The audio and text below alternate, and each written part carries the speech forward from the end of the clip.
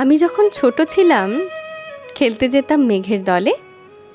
একদিন এক মেঘবালিকা প্রশ্ন করলো কৌতূহলে, এই ছেলেটা, নাম কি রে তোর? আমি বললাম, পুষ্মন্তর।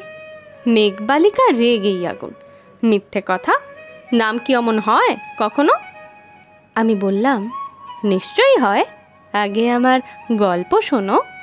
সে বললে, শুনবো না যা, সেই তো রানী, সেই তো রাজা, সেই তো একই ঢাল তলোয়ার, সেই তো একই রাজার কুমার পক্ষীরাজে, শুনবো না, সব বাজে।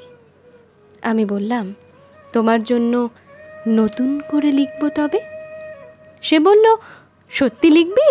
বেশ, তাহলে মস্ত করে লিখতে হবে, মনে থাকবে, লিখেই কিন্তু আমায় দিবি। আমি বললাম, তোমার জন্য লিখতে পারি এক পৃথিবী। লিখতে লিখতে লেখা যখন সবে মাত্র 2-4 পাতা, হঠাৎ তখন ভূত চাপলো আমার মাথায়। খুঁজতে খুঁজতে চলে গেলাম ছোটবেলার মেঘের মাঠে। গিয়েই দেখি চেনা মুখ তো একটিও নেই এ তল্লাটে। একজনকে মনে হলো ওরই মধ্যে অন্য রকম। এগিয়ে গিয়ে বলি তাকেই, তুমি কি সেই মেঘবালিকা? তুমি কি সেই? সে বলেছে, মনে তো নেই, আমারও সব মনে তো নেই।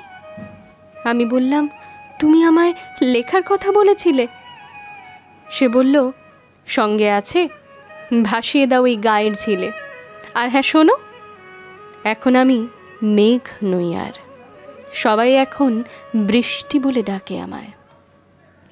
বলেই হঠাৎ এক পশলায় চুল থেকে নখ আমায় পুরো ভিজিয়ে দিয়ে অন্য অন্য বৃষ্টি বাদল সঙ্গে নিয়ে মিলিয়ে গেল খরস্রোতায়, মিলিয়ে গেল দূরে কোথায়, দূরে দূরে।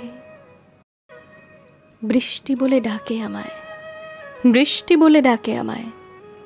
আপন মনে বলতে বলতে আমি কেবল বসে রইলাম ভিজে একসা কাপড় জামায়। গাছের তলায় বসে রইলাম, বৃষ্টি নাকি মেঘের জন্য। এমন সময় অন্য একটি বৃষ্টি আমায় চিনতে পেরে বলল, তাতে মন খারাপের কি হয়েছে, যাও ফিরে যাও, লেখো আবার। এখন পুরো বর্ষা চলছে, তাই আমরা সবাই এখন নানান দেশে ভীষণ ব্যস্ত। তুমিও যাও, মন দাও গে তোমার কাজে, বর্ষা থেকে ফিরে আমরা নিজেই যাব তোমার কাছে। এক পৃথিবী লিখব আমি, এক পৃথিবী লিখব বলে ঘর ছেড়ে সেই বেরিয়ে গেলাম, ঘর ছেড়ে সেই ঘর বাঁধলাম গহন বনে। সঙ্গী শুধু কাগজ কলম, একাই থাকবো, একাই দুটো ফুটিয়ে খাবো, 2-1 মুঠো ধুলোবালি।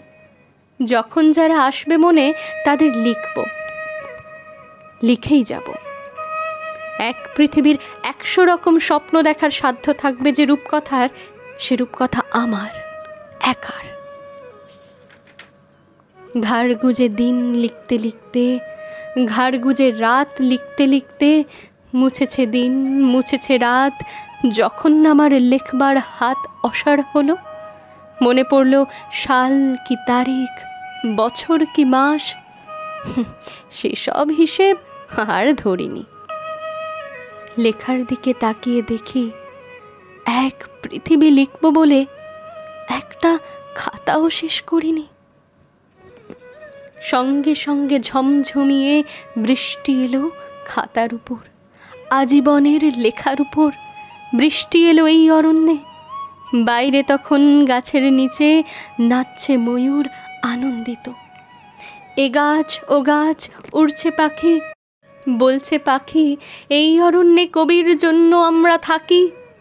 বলছে ওরা, কবির জন্য আমরা কোথাও, আমরা কোথাও, আমরা কোথাও হার মানিনি। কবি তখন কুটির থেকে তাকিয়ে আছে অনেক দূরে, বনের পরে, মাঠের পরে, নদীর পরে। সেই যেখানে সারা জীবন বৃষ্টি পড়ে, বৃষ্টি পড়ে, সেই যেখানে কেউ যায়নি, কেউ যায় না কোনো দিনই। আজ সে কবি দেখতে পাচ্ছে সেই দেশে, সেই ঝর্ণা তলায় এদিক ওদিক ছুটে বেড়ায় সোনায় মোড়া মেঘ হরিণী। কিশোর বেলার সেই হরিণী।